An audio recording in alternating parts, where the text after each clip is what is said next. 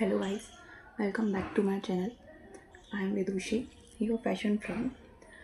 तो अभी तक मैं वीडियोस जो बना रही थी, मैंने इससे रिलेटेड बनाए थे कि सब्जेक्ट्स क्या होते हैं, करियर ऑप्शंस क्या हैं, आप कॉलेज में कहाँ एडमिशन्स ले सकते हो, क्या क्या ऑप्शंस होते हैं आपकी फ़ैशन डिज़ाइनिंग लेने के बाद।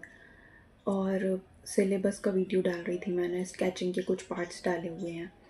अब मैं वीडियो बनाऊँगी फ़ैशन में जो डिटेल टर्म्स होती हैं, जैसे कि फ़ैशन डिज़ाइनिंग, आपको समझ आए कि क्या होता है। हिस्ट्री ऑफ फैशन होता है उसमें, पैटर्न मेकिंग होता है, टेक्सटाइल के बारे में जानते हैं, पैटर्न मेकिंग क्यों इम्पोर्टेंट है, पैटर्न मेकिंग से हम क्या क्या बना सकते हैं, पैटर्न मेकिंग कहाँ ज़रूरत होती है। क्योंकि क्या होता है, आप स्टिचिंग सीख सकते हैं, स्केचिंग सीख सकते हैं, आपको कटिंग आ सकती है, बट आप उसको फ़ैशन डिज़ाइनर नहीं बोल सकते। फ़ैशन डिज़ाइनर एक बहुत वास्ट टर्म है जिसमें आपको फ़ैशन से रिलेटेड बहुत सारी चीज़ें पता होनी चाहिए। हमें हिस्ट्री पता होनी चाहिए कि हमारे जो गारमेंट्स जब स्टार्ट हुए, तो पैंट आया तो कहाँ से आया, पैंट का स्टार्ट कहाँ से हुआ, कि कहाँ से पैंट बनाने की इंस्पिरेशन आई, पहले क्या पहनते थे, पहले जब स्टार्ट हुआ, जब फैशन नहीं था तो लोग क्या पहन रहे थे, क्या कर रहे थे, स्टिचिंग कहाँ से स्टार्ट हुई, स्टिचिंग मशीन कहाँ से आई, जो सिंग मशीन होती है वो कहाँ से आई, हम स्टार्टिंग में जो वुमेंस फैशन था वो कैसा था, स्कर्ट्स जो आई वो कैसे आई, ब्लाउज़ जो आए वो कैसे आए। ये सारी चीज़ें जब पता होती हैं तो हमें इंस्पिरेशन भी इजीली मिल पाती है कि जब हमें हिस्ट्री ही नहीं पता होगी तो हम आगे कैसे बनाएंगे कि क्या बनाना है। नॉर्मल बुटीक्स में काम होता है, जो टेलर काम करते हैं, वो फैशन डिज़ाइनिंग नहीं होता है। फैशन डिज़ाइनिंग में बहुत सारी चीज़ें आती हैं कि आपके हेयर्स कैसे होने चाहिए ड्रेस के साथ, आपने कौन सा ड्रेस कैरी किया है तो एक्सेसरीज़ कैसी होनी चाहिए। आप फैशन डिज़ाइनर हैं आप, तो आपको पता होना चाहिए कि बॉडी टाइप कैसा है, आपकी स्टाइलिंग इस बॉडी टाइप के अकॉर्डिंग कैसी होनी चाहिए, इसमें ड्रेसेस कैसे, इस बॉडी टाइप पे कौन सा ड्रेस जाएगा। ये नहीं होता कि मैं आपके पास आके बोलूँ कि मेरे को ये पहनना है और आपने वो बना के दे दिया। नहीं, आपको उसमें टेक्सटाइल का भी नॉलेज होना चाहिए कि इसमें ड्रेप्स कैसे आएंगे, इसमें फॉल कैसा आएगा। अगर मैं कॉटन में कोई ड्रेस बनाना चाह रही हूँ और मैं चाहूँ कि फ्लोई दिखे, तो वो कितना फ्लोई दिख सकता है, या मेरे को सिल्क यूज़ करना पड़ेगा इसकी जगह। तो ये सारे बहुत डिफरेंट टर्म्स होते हैं जो हम फैशन डिज़ाइनिंग में कवर करते हैं। मैं चाहती हूँ कि जो भी इस चैनल से फ़ैशन डिज़ाइनिंग सीखना चाहते हैं वो सिर्फ इलस्ट्रेशन तक या स्केचिंग तक या जो हमारा कटिंग का स्टिचिंग का पार्ट होता है वहाँ तक ना रहें। उन्हें फ़ैशन के जो इम्पोर्टेंट टर्म्स होते हैं, फ़ैशन की जो हिस्ट्री होती है, कहाँ से फ़ैशन स्टार्ट हुआ, कहाँ से चीज़ें स्टार्ट हुई, कौन सी हमें बुक्स पढ़नी चाहिए, कौन सी चीज़ें हमारे लिए इम्पॉर्टेंट हैं, तो उन सारी चीज़ों का भी नॉलेज होना चाहिए। फ़ैशन डिज़ाइनिंग, बहुत सारे ऐसे डिज़ाइनर्स, फेमस डिज़ाइनर्स हुए हैं जिनका कोई फ़ैशन से डिग्री नहीं है, कोई फ़ैशन कॉलेज का बैकग्राउंड नहीं है। तो आप इजीली फ़ैशन डिज़ाइनिंग, अगर आप अपना 100% दे रहे हैं और मेहनत कर रहे हैं, तो आप इजीली फ़ैशन डिज़ाइनिंग सीख सकते हैं। ज़रूरी नहीं है कि आपका आपके पास डिग्री हो। तो अगर आप मेहनत कर रहे हैं, आप अपना 100% दे रहे हैं और आप सच में चाहते हैं कि फ़ैशन डिज़ाइनर मेरे को बनना है और आप फ़ैशन सीखना चाहते हैं, तो मैं चाहती हूँ कि आपको यूट्यूब पे इसमें 100% चीज़ें मिलें।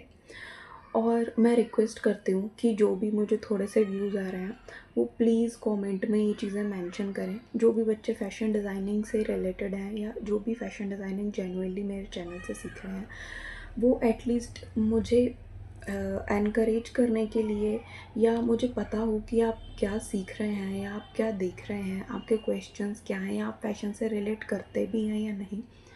क्योंकि जब तक मेरे पास कमेंट्स नहीं आएंगे, मुझे नहीं पता कि कौन सी ऑडियंस मेरे पास आ रही है, कौन से जो लोग हैं जिन्हें फ़ैशन डिज़ाइनिंग सीखनी है, या जस्ट यूट्यूब के नॉर्मल जो व्यूज़ आते हैं वो आ रहे हैं, या मैं अपनी राइट ऑडियंस को अप्रोच कर पा रही हूँ। तो मेरे लिए ये जानना बहुत ज़रूरी है, तभी मैं कंटिन्यूअसली बता पाऊँगी और मैं समझ पाऊँगी कि आपके डाउट्स क्या हैं।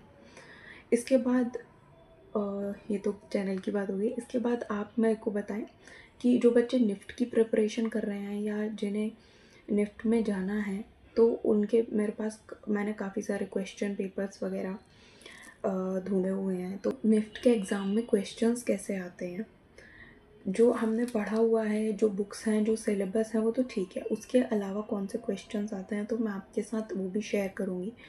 मैंने ऑलमोस्ट 10 इयर्स के NIFT के पेपर्स जमा कर करके रखे हुए हैं, बहुत सारी मेहनत के बाद मिले हुए हैं, क्योंकि मैंने निफ्ट क्लियर नहीं किया है। बट स्टिल मुझे चाहिए था कि मैं अपनी ऑडियंस को एटलीस्ट जो प्रिपरेशन कर रहे हैं उन्हें प्रॉपर नॉलेज हो। मैंने बहुत सारे जो सेमिनार्स अटेंड किए हैं, बहुत सारी मैंने क्लासेस वर्कशॉप्स अटेंड किए हैं, वो मैंने निफ्ट NIFT से जो पास आउट हैं उनके टीचर्स के, जो मेरे मेंटोर हैं वो, तो मेरा एक्सपीरियंस बहुत ज़्यादा हो चुका है इस चीज़ को लेकर के कि निफ्ट का एग्ज़ाम कैसा होता है। तो मैं कोशिश करूँगी कि मैं वो भी क्लियर करूँ, क्योंकि मैं मेनली एनकरेज करती हूँ कि अगर आपको फैशन डिज़ाइनिंग करनी है और आप कॉलेज में एडमिशन ले रहे हैं, या तो आप खुद से ही मेहनत करिए, या फिर अगर आप कॉलेज में एडमिशन ले रहे हैं तो जो टॉप नोन कॉलेज हैं कोशिश करिए कि आप वहाँ पे ही एडमिशन लें। क्योंकि अगर आप नॉर्मल कॉलेज में एडमिशन ले रहे हैं तो आप डिग्री कहीं से भी ले सकते हो, आपको खुद ही 100% मेहनत करनी पड़ेगी। वहाँ आपको, जैसा कि मैंने अभी आपको बताया कि स्टिचिंग सिखाएंगे, स्केचिंग सिखाएंगे, आपको थोड़े बहुत एम्ब्रॉयडरी बता सकते हैं, लेकिन आपको कम्प्लीटली फ़ैशन क्या होता है ये आपको बहुत मेहनत के बाद या फ़ैशन की फील्ड में आने के बाद ही पता चलेगा। तो मैं चाहती हूँ कि इतना जो आप स्ट्रगल कॉलेज के बाद 5-6 साल आप सीखने में दें, वो आपको कॉलेज में वो नॉलेज मिल जाना चाहिए। जब आप सीख रहे हैं फैशन डिज़ाइनिंग, तो आपको प्रॉपर इंडस्ट्री का नॉलेज भी होना चाहिए। तो अब जो मेरे वीडियोज़ होंगे उसमें मैं यही चीज़ें मेंशन करूँगी, sustainable fashion, history of fashion, जो फ़ैशन के टर्म्स हैं वो, टेक्सटाइल के बारे में, पोर्टफोलियो क्रिएशन, पोर्टफोलियो कैसा होना चाहिए, आप जो पोर्टफोलियो बना रहे हैं उसमें क्या इंपॉर्टेंट टर्म्स होनी चाहिए। मेनली जो हम इलस्ट्रेशंस देखते हैं, मैं अपना एक एक्सपीरियंस शेयर करती हूँ जो मेरे साथ इंटर्नशिप के टाइम पे हुआ। हम जो इलस्ट्रेशन बनाते हैं, या जो इलस्ट्रेशन इंस्टाग्राम पे या पिंटरेस्ट पे या किसी को भी, जैसे मैंने भी रील्स डाली हुई हैं, तो वो इलस्ट्रेशन एक इंस्पिरेशन से ड्राइव है, वो तो समझ आता है कि ओके मैंने यहाँ से इंस्पिरेशन लिया तो मैंने ये इलस्ट्रेशन बना दिया, या मैं ये देख रही हूँ तो मैंने इस चीज़ का इलस्ट्रेशन बना दिया। बट एक्चुअली जब जब मेरे मेंटोर मेरे इंटरव्यू के लिए उन्होंने मेरे को दिया कि आपको इलस्ट्रेशन बनाना है, कुछ भी इंस्पिरेशन लेकर के इलस्ट्रेशन बनाओ, तो मैंने जो अपने कॉलेज टाइम में बेस्ट जो मेरे को इलस्ट्रेशन पसंद था कि ये जो ओशियन थीम की जो ड्रेस है ये मैं बनाती हूँ, ये डेफिनेटली इन्हें इम्प्रेस करेगी, क्योंकि ये मेरी बेस्ट डिज़ाइन है अब तक की, और वो मैंने बनाई।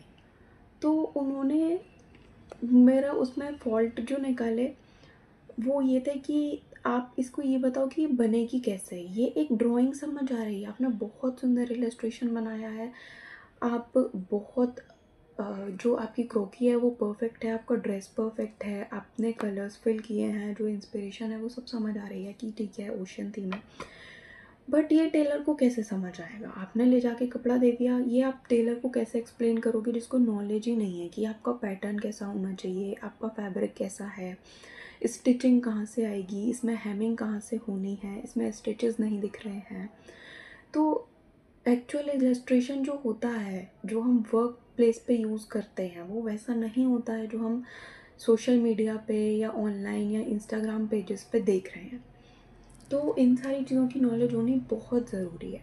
उसके बाद उन्होंने मुझे बोला कि ये जो आपने बनाया है इसका फैब्रिक कैसा होगा, फैब्रिक का प्रिंट वर्टिकली होगा या फैब्रिक में प्रिंट हॉरिजॉन्टली होगा। तो मैंने उन्हें बताया कि इसका प्रिंट मैंने ऐसा इमेजिन किया, तो वो बोलते हैं कि वो जो एक्चुअली हम मार्केट में कपड़े देखते हैं वो वेस्ट मटेरियल होता है। अगर कोई भी फैब्रिक आपको इस डिज़ाइन का इस पैटर्न में ऐसा मिल रहा है, तो वो फैब्रिक वो है जो रिजेक्टेड फैब्रिक होता है, जो बड़े डिज़ाइनर्स और बड़े ब्रांड्स ने रिजेक्ट किया हुआ है। और मैं शॉक्ड कि अभी इसमें मैंने तो ये मतलब परफेक्ट डिज़ाइन जो मैंने इमेजिन किया था कि मेरी पूरी पोर्टफोलियो में से जो मैंने रिकॉल किया कि ये मेरा डिज़ाइन होना चाहिए जो मैं अपने इंटरव्यू में बना सकती हूँ, तो उन्होंने ये बता दिया। फिर उन्होंने मुझे बोला कि आप मुझे अपने कुछ डिज़ाइंस बनाना, फॉर्मल्स के, कैजुअल्स के, और उसमें पूरी डिटेलिंग होनी चाहिए कि आप फैब्रिक कौन सा यूज़ कर रहे हो, आपकी स्टिचिंग कौन सी होगी, आपको किस पार्ट में कौन सी स्टिचिंग चाहिए है, या किस पार्ट में आपको स्टिचिंग विजिबल होनी चाहिए, हैमिंग होनी है। तो ये सारी चीज़ें मैं आपको एक्सप्लेन करूँगी कि हैमिंग जो होता है वो फाइनल पार्ट होता है, स्टिचिंग कहाँ होती है, जो हमारे गारमेंट बनाने के मेन ऑपरेशंस होते हैं वो कहाँ से स्टार्ट होते हैं। सो आप कमेंट्स करिए कि आपको और क्या जानना है फैशन से रिलेटेड, और सब्सक्राइब करिए, बेल आइकन क्लिक करिए कि आपको अपडेट्स मिलते रहें कि मैं चैनल पे क्या क्या अपलोड कर रही हूँ। और आप खुद भी, मैं चाहूँगी कि अगर आप जेन्युइनली फैशन डिज़ाइनिंग कर रहे हैं और पढ़ना चाहते हैं तो खुद भी बुक्स देखिए, बुक्स रीड करिए फैशन की।